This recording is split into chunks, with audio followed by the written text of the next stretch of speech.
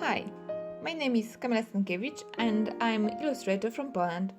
I wanted to show you my watercolor process of coffee shop. I use 270-gram watercolor paper, 2B pencil for the sketch and Kuretake watercolors. The sketch is quite bold, but I wanted to make it visible after I apply watercolor. A pencil will lose this black color after painting, or will have storybook comic style because of visible line art. I'm sorry that first clip is so small, I recorded it in not so good quality, but it will be much better soon. When you're working with a watercolor, general rule is always starting from light colors. It is because of watercolor transparency. When you will put a lighter color on darker, it won't be visible, so it's always good to have this in mind before you start coloring.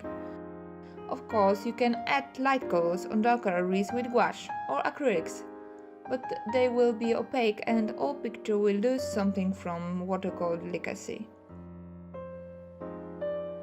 First I covered selected area with water and then I added paint on it with a bit of pigment.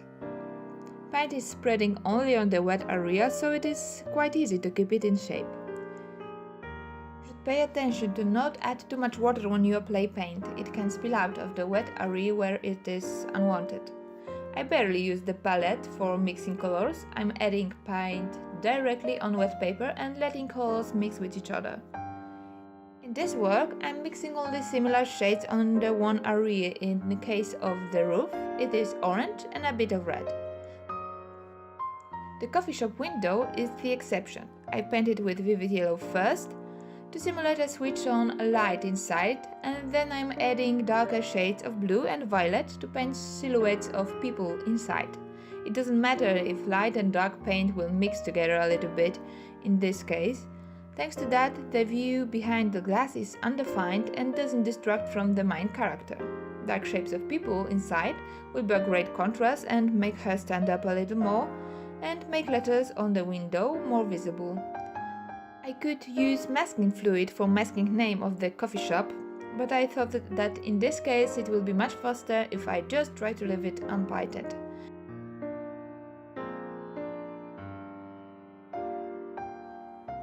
I always work with watercolor in layer system to get an interesting texture, and when I want the next layer to be sharp, like in the shadow part, the paper should be dry. But I don't make any breaks to wait for the paper to dry. I don't use a hairdryer. Just when I finish working on one area, I go to another and paint is drying in the meanwhile.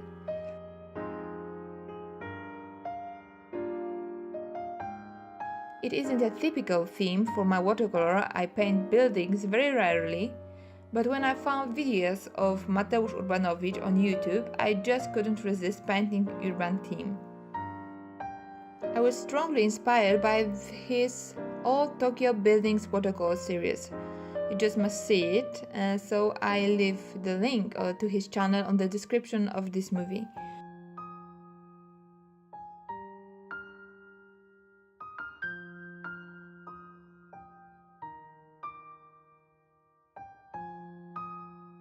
On the first part of the watercolor, I use thick brush filled with a lot of water, but when it comes to detail, I use much thinner and smaller one, number 0. It is important to have the thin brush with a long ending to achieve very thin lines. You shouldn't also add too much water when you go with details. The lines will be too thick and the pigment too diluted. I often use also well-sharpened watercolor pencils to draw such things like thin chairs, legs or lanterns.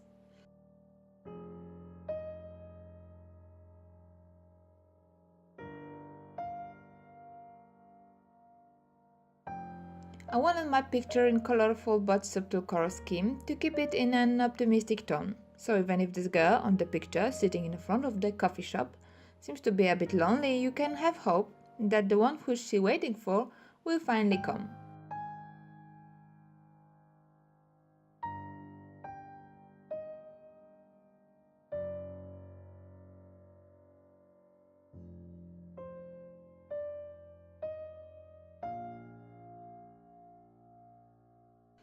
And this is how finished work looks like.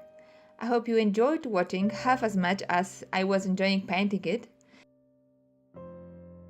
If you have any questions, please leave it in comments. I will be happy to answer. Any thumbs up or follow will be a great motivation to make more tutorials. I hope my accent didn't scare you too much. I'm working on it. Thanks for watching and see you soon.